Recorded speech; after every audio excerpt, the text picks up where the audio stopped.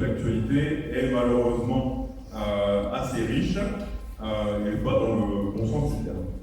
Alors merci d'intervenir ce soir dans un contexte qui est, je viens de le dire, assez troublé, où l'extrême droite malheureusement se pavane un peu partout, se pavane dans nos rues cet après-midi à Lyon et à Rennes, se pavane sur les plateaux télé, sur les plateaux, dans les studios des chaînes de radio, où les ultra-riches leur ouvrent les portes et leur déroulent le tapis rouge, ultra-riches qui ont racheté au cours des dernières décennies tous les grands médias et qui ont ouvert grand les portes à tous ceux qui aujourd'hui nous qualifient, nous, de fascistes, nous qualifient, nous, d'extrémistes, nous qualifient, nous, quasiment de terroristes. Donc on est dans un contexte très particulier, et je dois dire ce soir, bien que nous présentions une liste qui s'appelle Union populaire chalonnaise, qui est une liste d'abord citoyenne et soutenue par la France insoumise. Je suis moi-même insoumis et je dois dire ce soir que je suis particulièrement fier dans ce contexte-là d'être insoumis et d'être encore dans ce mouvement anti-fasciste.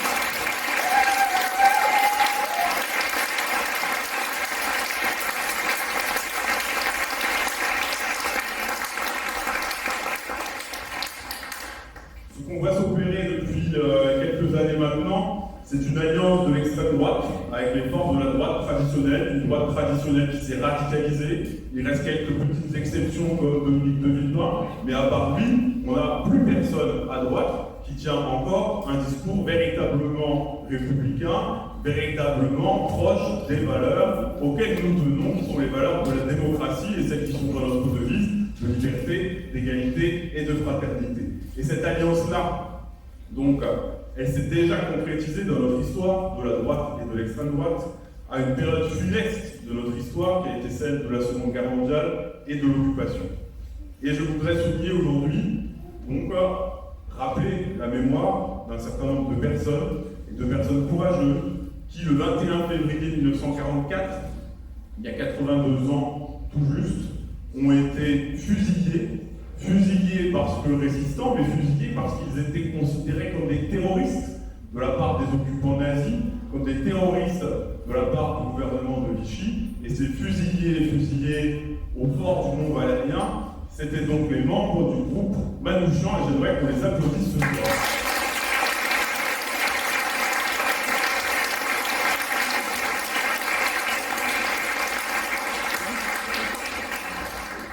Considérés comme terroristes à l'époque, alors qu'ils combattaient le nazisme, qu'ils combattaient le régime autoritaire du maréchal Pétain, qu'ils combattaient le racisme, et ces hommes et ces femmes, au nombre de 25 exécutés le 21 février 1944, ces hommes et ces femmes, finalement, portaient les mêmes idéaux que nous aujourd'hui.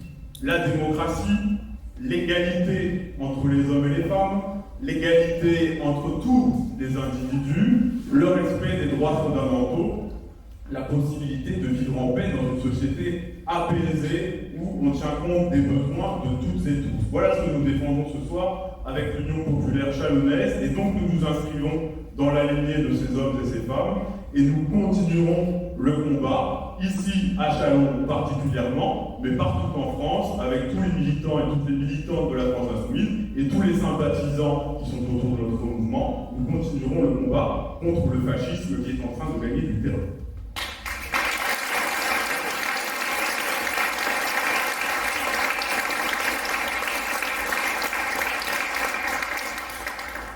Donc dans ce contexte troublé, nous nous tenons devant vous ce soir pour vous parler on va recentrer un petit peu le sujet de nos élections municipales à Chalon-sur-Saône. Donc je voudrais faire d'abord un petit point d'étape et vous expliquer et vous dire que le programme est bouclé. Ce programme, nous l'avons construit depuis le mois d'août dernier à travers de nombreuses rencontres, des porte-à-porte. À l'heure à laquelle je parle, nous avons environ 1400 personnes rencontrées au cours des porte-à-porte. Je dis bien rencontrées, ce qui fait à peu près 4 à 5 000 portes toquées. Donc, c'est assez important, on va dire, en nombre et en masse de personnes rencontrées, qui toutes ont contribué à nourrir notre programme. Donc, un programme construit avec les habitants et les habitantes de Chalon-sur-Saône. Ce programme est construit autour de 13 chapitres. Il compte plus de 300 mesures, dont une cinquantaine applicables dès cette année 2026. Quand nous gagnerons le 22 mars prochain, on se mettra au boulot directement et on n'attendra pas 2028-2029 pour faire quelque chose. On aura des mesures tout de suite, en 2026. On proposera, et on vous propose, donc un programme de rupture avec la majorité de droite extrême de Gilles Blatray, et un programme surtout qui allie une exigence démocratique et une réponse aux besoins de la population. L'antiracisme sans faille est évidemment au cœur de notre programme, comme la lutte contre toutes les discriminations. Donc nous avons un programme où se lit très clairement notre devise liberté, égalité, fraternité ou sororité, anarchité, si vous préférez. 1400 portes toquées qui nous ont permis aussi de construire notre liste petit à petit. Donc le programme d'abord, la construction de la liste. Liste déposée hier matin à la sous-préfecture en présence de quelques-unes de mes camarades. Liste composée de femmes et d'hommes issus de quasiment tous les quartiers de Chalon-sur-Saône, issus d'horizons sociaux très divers, issus de toutes les catégories sociales présentes dans la population, donc des personnes avec emploi ou sans emploi, des personnes étudiantes, donc jeunes, retraités, un peu moins jeunes, des cadres, des ouvriers, etc. On a vraiment une grande diversité donc présente sur cette liste de l'Union populaire chalonnaise, et je dois dire que c'est vraiment ma fierté de pouvoir conduire cette liste qui, petite pique pour les concurrents, ressemble vraiment à la ville de Chalon-sur-Saône.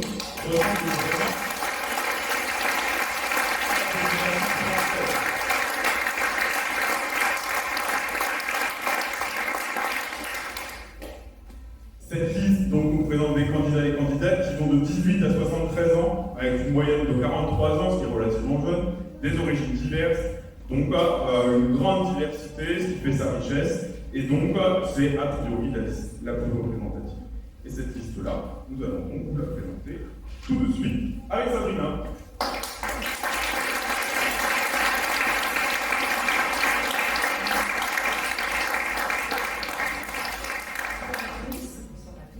J'ai l'honneur de présenter la liste des candidats et je commence par les hommes. Alors, nous avons, eh bien, le plus important, Damien Salé, réside à Saint-Jean-des-Villes, professeur agrégé et délégué syndical engagé dans l'association. Sylvain Pierrick. On va alterner pour ça. Numéro 2, elle est ici, donc Sabrina Sari. Numéro 2.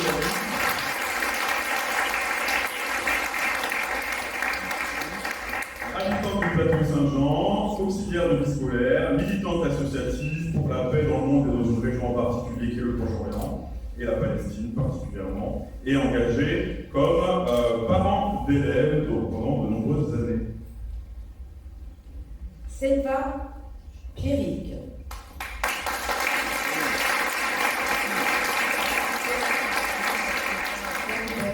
Chef d'entreprise, engagement associatif. Sylvie Hérodi.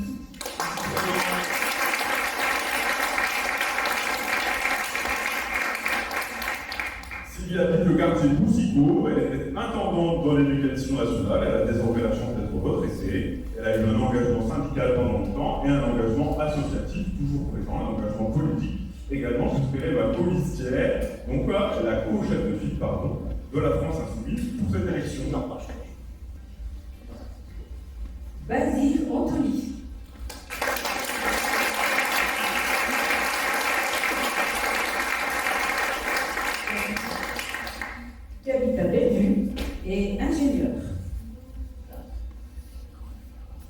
Samuel Degout de Ninck.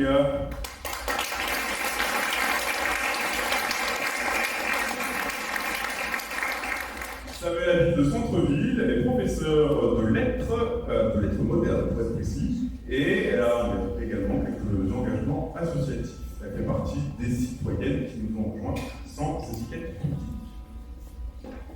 Couillero Christophe.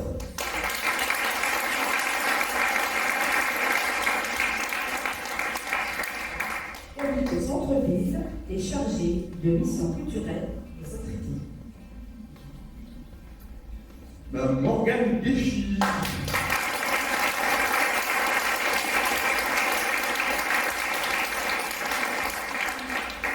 Morgane habite les Prés-Saint-Jean, elle a repris des études d'étudiante et elle a un engagement associatif assez net, si je puis dire. Vous avez pu la voir il y a quelques temps dans cette marche contre l'islamophobie qui a été organisée, notamment à son initiative. Bravo Morgane.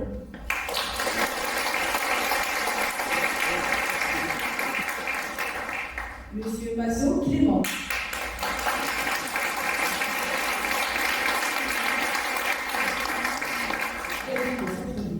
Étudiant, engagé, associatif. Madame Wafa El Bouklis.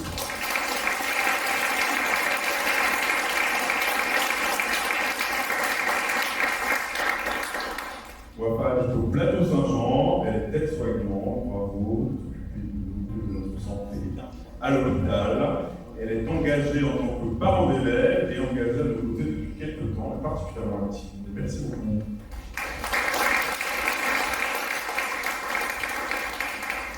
Monsieur Jacques Michel.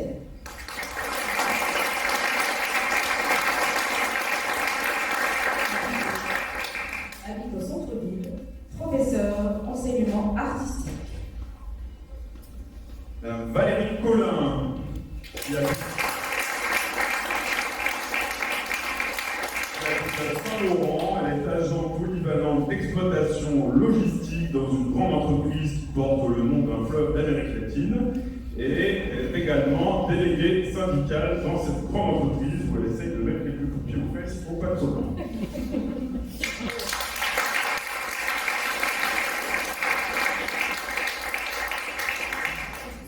Monsieur Djibril Djan. Il habite à l'AINEC, agent hospitalier, délégué syndicat hôpital.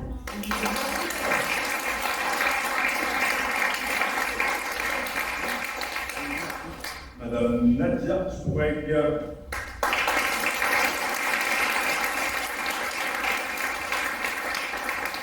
Qui habite dans le quartier Bellevue et qui nous a apporté son expertise en tant que conductrice de bus. Merci.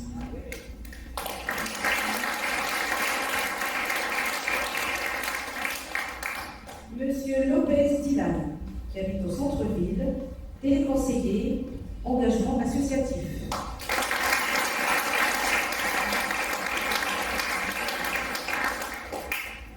Alors, un nom que tout le monde connaît. Voilà, c'est pas la même. Celle-là, on l'aime bien. L'autre, vous avez pu voir qu'elle est passée de CNews à BFM, d'un patron d'extrême droite à l'autre. La pauvre. La meuf, on l'aime bien. C'est Sonia Mabrouk.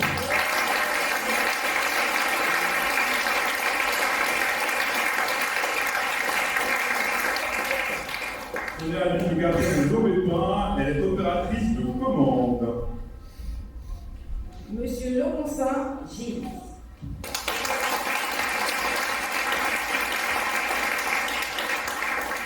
Il est Charot et il est artiste. Madame Léa Meyer.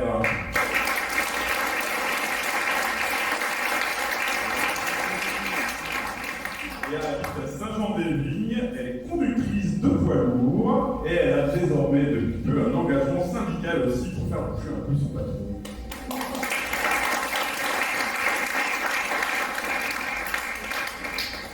Monsieur Mamanga Saïd.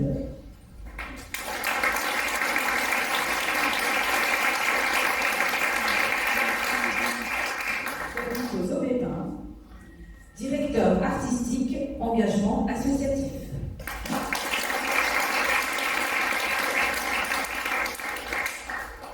Aurore Jeanne.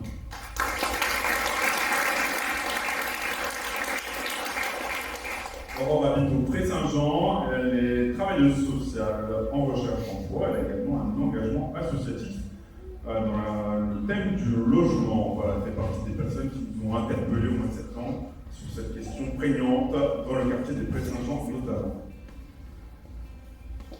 Monsieur Burdi Julien.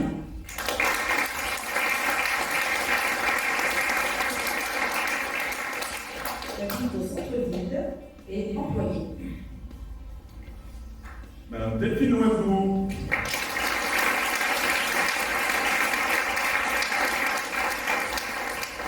Alors, Delphine, qu'on appelle aussi Fantine, habite au centre-ville, elle est professeure de lettres et de théâtre.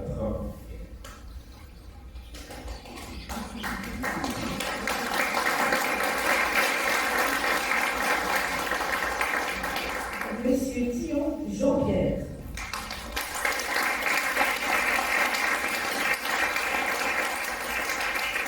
J'habite à Saint-Laurent.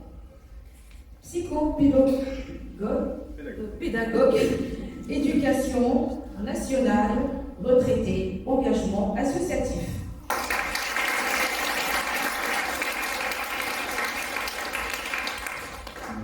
J'ai imprimé peut-être un peu petit. Oui. Alors, on va présenter, on a Valérie Blondiot.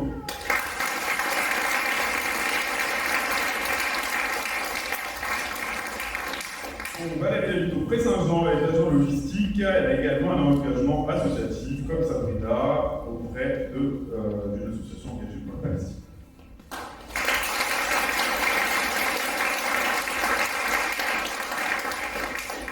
Monsieur Mabou Caïs.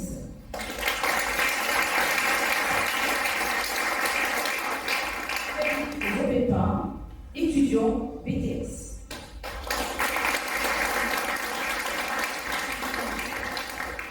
Anne Jost.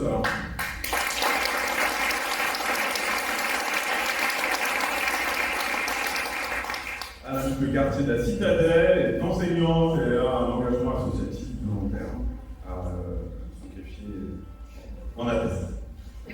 Et actuellement ouvrière viticole. Et ouvrière viticole.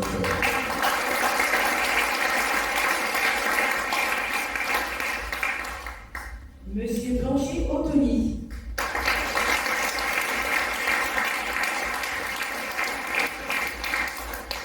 Qui habite au Pré-Saint-Jean. Vendeur en recherche d'emploi.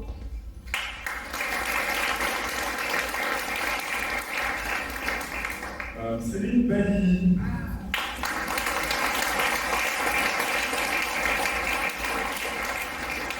Qui habite le quartier de Citadelle, qui est travail social et qui a également un engagement associatif.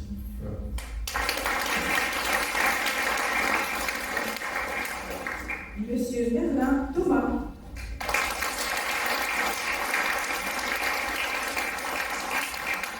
Qui habite au centre-ville. Employé de libre-service. Et artiste à ses heures perdues. Madame Clémentine Legaudi.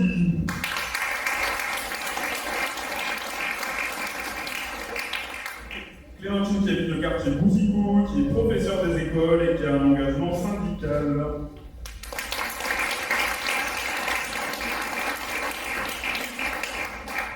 Monsieur Corin Michel.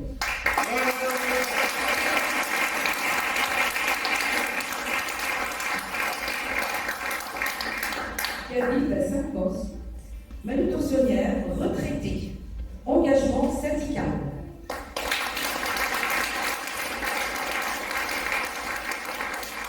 Un merci particulier à Michel qui a fait un mouvement politique récent en se rendant compte que certains de ses camarades n'étaient pas tout à fait fidèles à leur engagement communiste et qui est venu jusqu'à nous et fait désormais partie des insoumis communistes. Merci.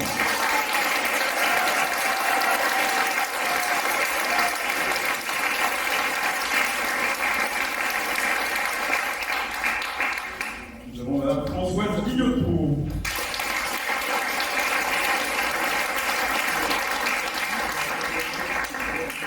Françoise qui habite tout près de la sous-préfecture, au centre-ville, bien surveillée, était infirmière, désormais à la retraite, et a un engagement associatif auprès de personnes qui sont parmi les plus démunies, puisque ce sont des personnes qui n'ont pas de papier. Merci Françoise.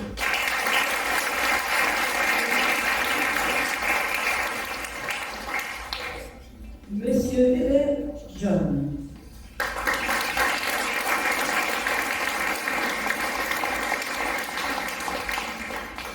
Au centre-ville, les étudiants des Beaux-Arts.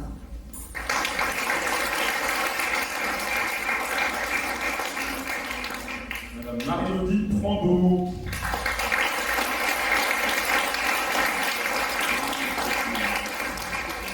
Marie habite à Saint-Jean-des-Vignes, elle est aide à domicile et retraitée, et elle a un engagement associatif également.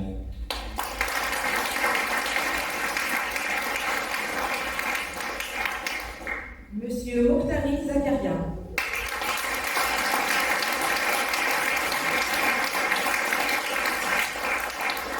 Habite au Plateau Saint-Jean et paysagiste.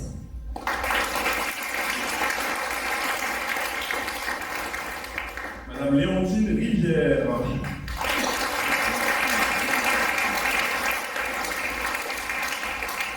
Qui habite Saint-Jean-des-Vignes et qui est conditionneuse salle blanche, un métier essentiel.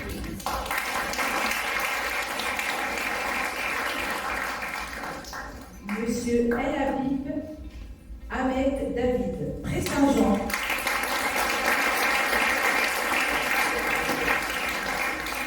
Accueil de commerce, engagement associatif.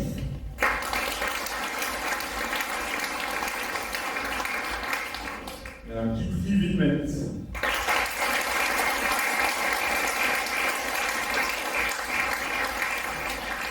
Alors, Kitty habite au centre-ville, elle est également, comme son camarade John, étudiante à l'école Média Art, donc étudiante des Beaux-Arts, pour les quelques années qui restent à cette école, puisque, comme vous le savez sans doute, Sébastien Martin a décidé de fermer le cycle de Beaux-Arts à Chalon. Voilà.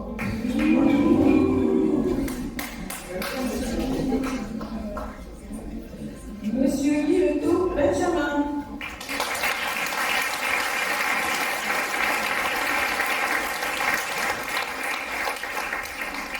Il a 5 ans et il est informaticien.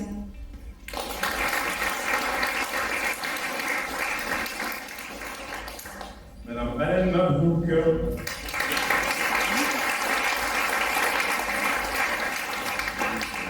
Elle habite aux Aubépins. Elle est femme au foyer.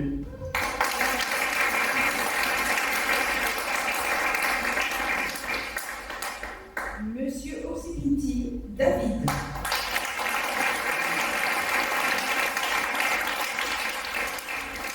Il habite à Bellevue. Il est ouvrier.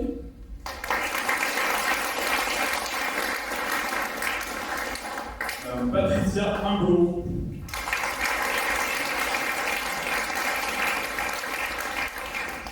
Elle habite elle aussi au centre-ville comme l'autre. Elle est agent d'entretien et elle a un engagement associatif elle aussi.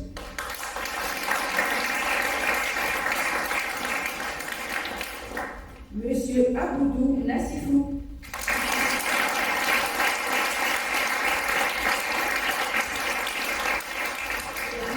Plateau Saint-Jean. Ouvrier du BTP en recherche d'emploi et engagement associatif.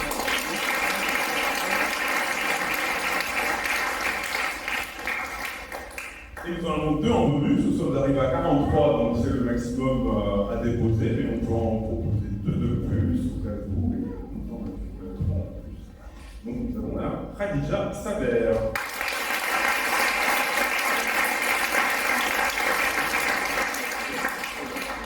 Khadija habite au Pré-Saint-Jean, elle est assistante maternelle, elle a également un engagement associatif.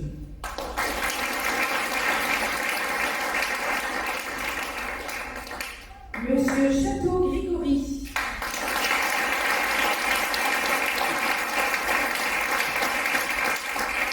Habite au Pré-Saint-Jean, ouvrier, intérimaire et engagement associatif également.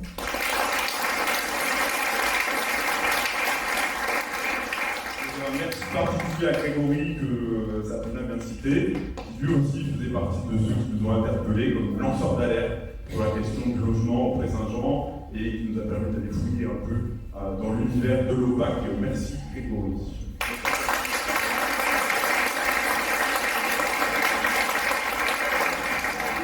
Voilà pour la liste de l'Union populaire chalonnaise. Merci.